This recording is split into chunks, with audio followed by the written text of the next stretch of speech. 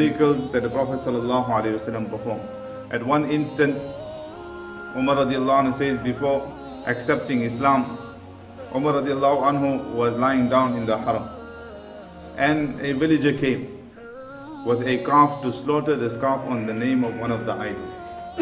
So this calf, before being slaughtered, it spoke out in a humanly voice, in a loud voice, and said that هذا قد حدث أمر جني رجل فسيح يدعو إلى الله.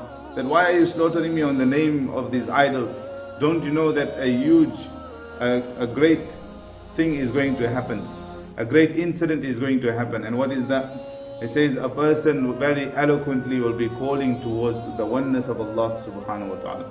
It is mentioned that this voice was so loud that everyone in the haram ran away.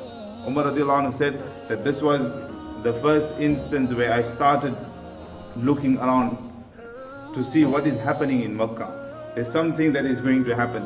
And a few days later, the Prophet ﷺ said that I am the Prophet of Allah. The Prophet ﷺ was given prophethood. This was a mu'jiza of Rasulullah ﷺ prior to the prophethood of Rasulullah ﷺ.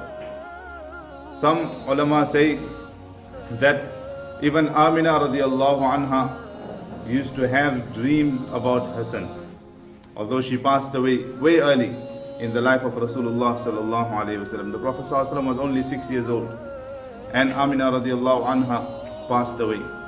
But she used to have dreams that one day your son will become a messenger.